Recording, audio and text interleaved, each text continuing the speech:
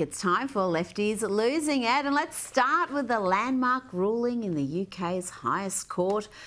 This is where reality triumphed over delusion. Yes, Britain's Supreme Court has helped restore a little bit of sanity in an increasingly mad world with a landmark ruling steeped in common sense and scientific certainty. In a definitive ruling, the court found that a woman is a biological female. Always was, always will be. And that means women's spaces and women's sport should be protected from male bodies. Of course, that saw outrage from the usual suspects. I do my business, it's none of your business.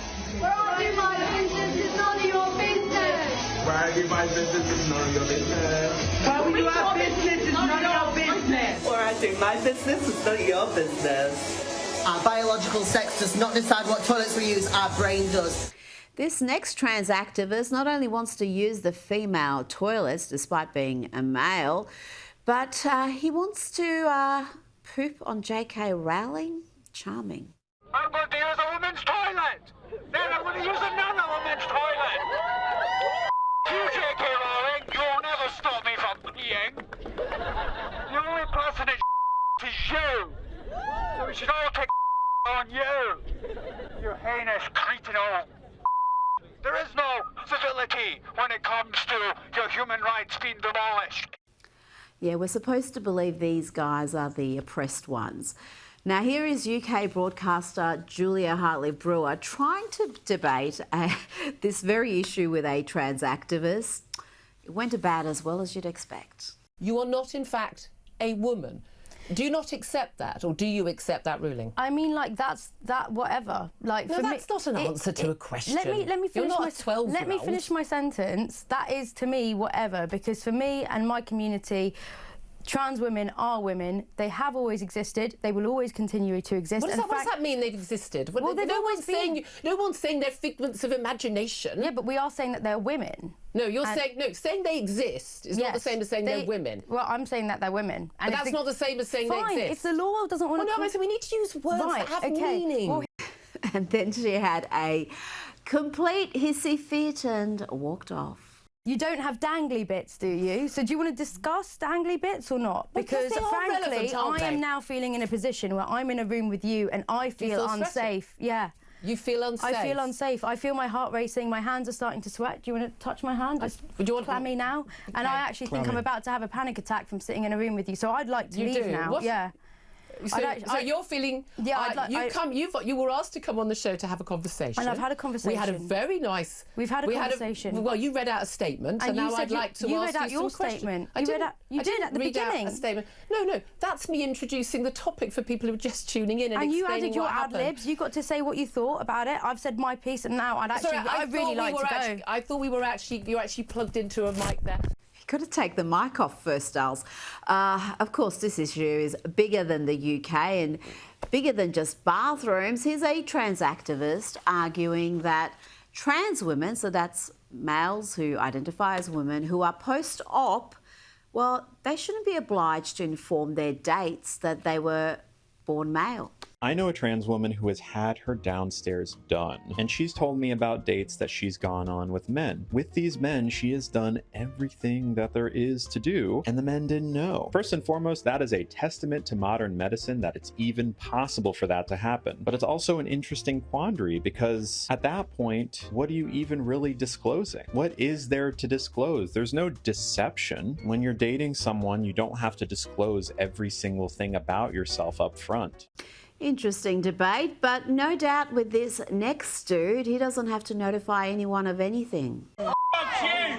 No, because I'm fuck off! It doesn't off! I'm defending you, little defending you! I'll give you a slap.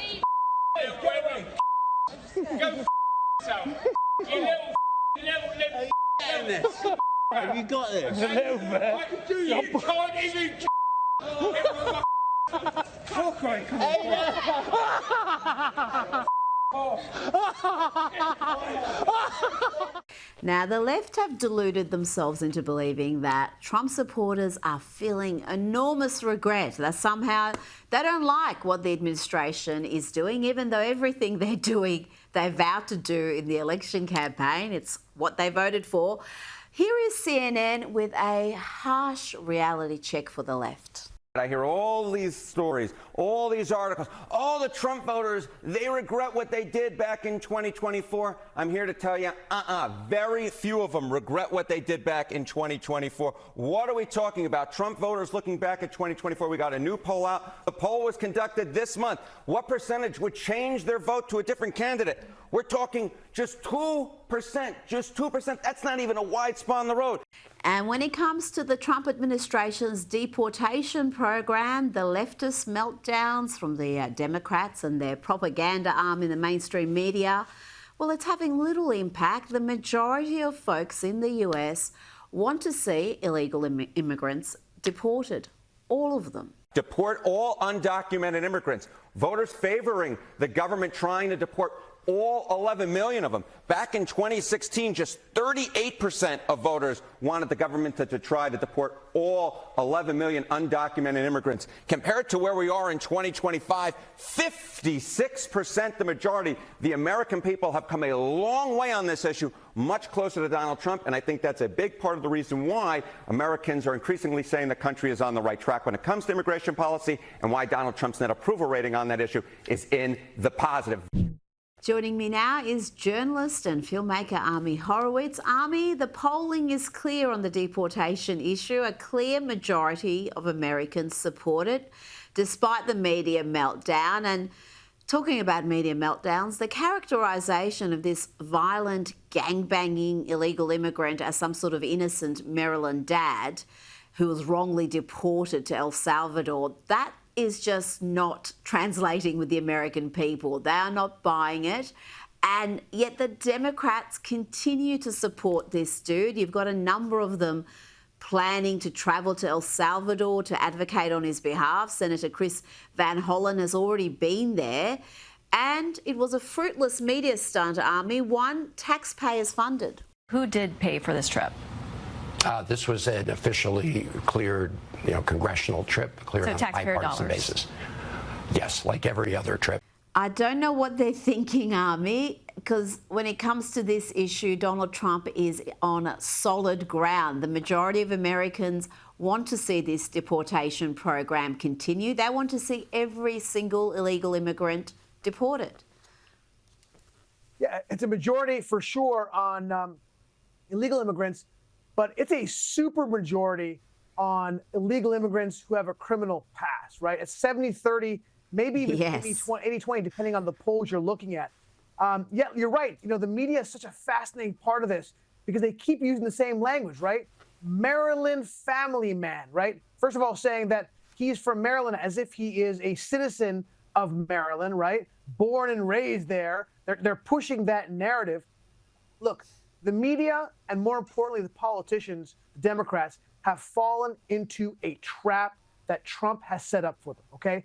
They are lining behind a guy like Mahmoud Khalil, right? A man who supports terror, who supports the killing of Jews in the destruction state of Israel. And the Democrats lined up behind this guy, and now they're lining up behind Abraham Garcia, who is not a sympathetic character, right? And you've got Van Hollen, the guy you just showed there, with a photo op, sitting and talking with a man who is allegedly, and by court evidence, an MS-13 gang member, and also by court evidence in his own wife's complaint, beat his own wife.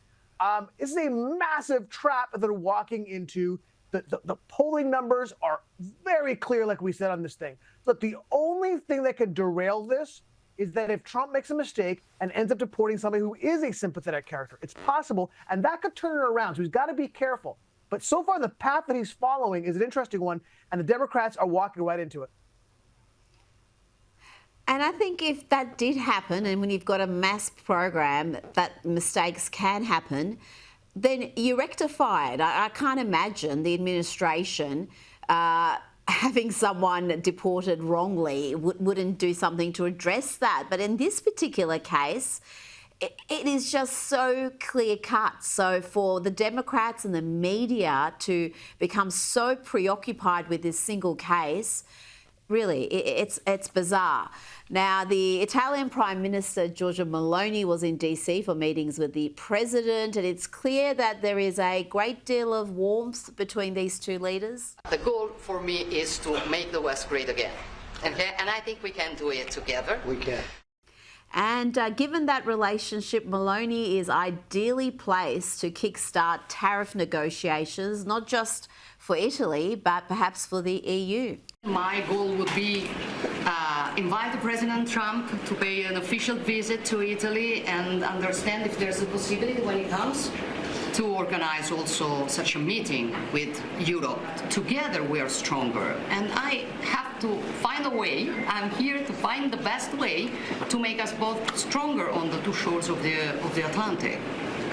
We're going to have very little problem making a deal with Europe or anybody else, because we have something that everybody wants. Army, what is the status of the tariff negotiations? We're hearing more than 70 countries are lining up to renegotiate their arrangements with the US. Yeah, look, likely there's going to be a number of interim agreements set up by the Trump administration. And no question, he could spin this as a win. And in a lot of ways, it will be a win, right? Look, I said this from the beginning. I said it over and over again on your show and other places. If this idea of a tariff war is a tactic in order to bring people to the table, I am here for it. And there seems to be a lot of movement. Dozens of countries, in fact, are having these negotiations. I think that's great. Problem is that these things take time, right? The Peterson Institute said that the average free trade agreement takes 18 months. Look, the USMCA, right, NAFTA 2, which was negotiated by Trump himself, took over 12 months. And that's a long time when the economy is in flux, when the stock market is there's a lot of uncertainty and overhang. Nobody knows which direction the stock market's going to go in. And when the majority of people think prices will go up. Look, the polling that is coming out of this is not good for President Trump, that the majority of Americans think this tariff war will affect them personally in a negative way. And most importantly, look, Trump won on the economy, right? That's the one thing you got to really take care of, prices and the economy. And right now, the numbers came out recently in a poll, and he is underwater. He's down by 55% on how people are handling the economy. So, look, it all comes down to timing. If he can get these things striking one after another quickly, I think this can turn into a significant win instead of what it looked like, which was an own goal. But the problem is just, does he have enough time before we have the next election cycle for the House and the Senate? Because if he doesn't get it done by that time, he's going to put the House and Senate at risk. Yes, you've made some excellent points there, but this is what he took to the election campaign, and no one would have thought it would come without pain, short-term, even perhaps medium-term pain. And when you're looking at major economic reforms, this is part of the deal. I don't know. I know overall this is unpopular, the tariffs, because people can feel prices increasing and they fear inflation is going to get worse. But amongst Trump's voters, it actually is thus far still popular. So we'll see how that progresses. Now, meanwhile, the Democrats have a leadership crisis. Bernie Sanders and AOC are emerging as the leaders of the party. These two far-left socialists are holding events across the country, Army, and Alexandria Ocasio-Cortez has raised $9.6 million during the first quarter of the year. That is a significant amount. And Army, she's been spoken about as the leader of the Democrats, not just by leftists like Don Lemon, but also Republicans. Let's hear from Senator John Kennedy from the great state of Louisiana. What do you think of the new leadership, Jasmine, AOC, and Bernie? I consider Congresswoman Ocasio-Cortez to be the leader of the Democratic Party. She's entitled to her opinion. I'm entitled to mine. As I've said about her before, I think she's the reason there are directions on a shampoo bottle. That's a bit harsh. But she certainly is raising enormous sums of money, Army, and seeming like the leader. You've got these two radicals who are setting the agenda for the Democrats. Yeah, she's raised a ton of money, and alarmingly for the Democrats, 64% of that money is from first-time donors. So she's getting the base excited about her. She's not just raising money; she is essentially the leader. They're doing polling on this. We've talked about it. She's the leader in the polls. I mean, technically, right now, Kamala Harris is still the leader in the poll, but that's really more of an aftershock of the election because she led the party.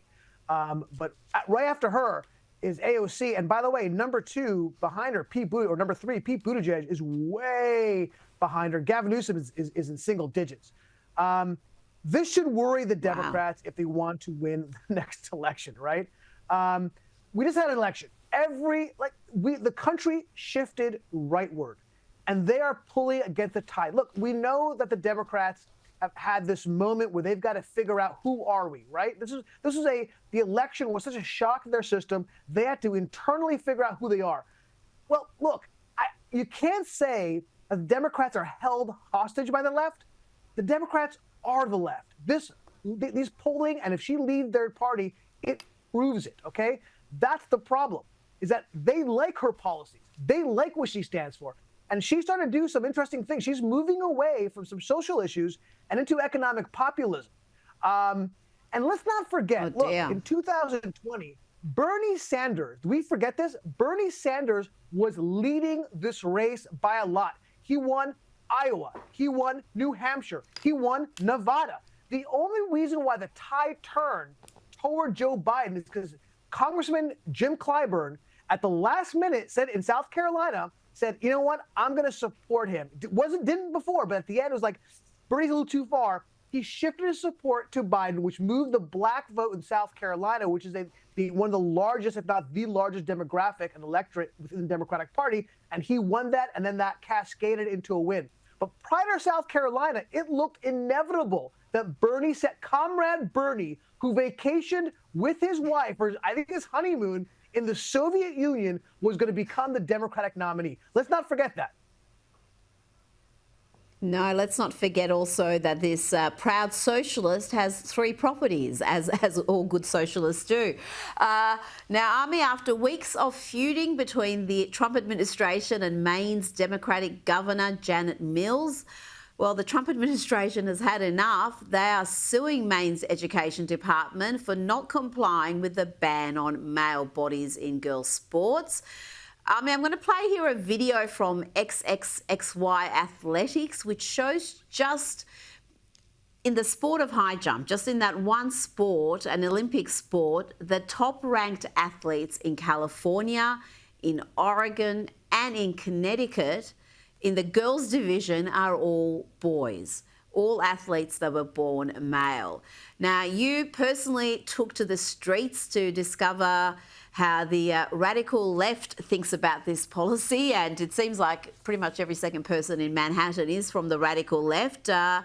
This is frightening. You're a trans woman, you should be able to compete because in your heart you are a woman, and that's who you truly are, rather than who you want to be. And I feel like it would be just, there's a word for it, not right. I think they're women, so they shouldn't be allowed to compete against women. I don't think there's any reason that should, it's not like you have some advantage or disadvantage. Yeah. Is it maybe transphobic to say biological men or biological women? Yes. Yeah, definitely. Yeah, absolutely. Those people are, they've been failed by the modern education system. I mean, how can they think that men don't have a physical advantage when it comes to sport?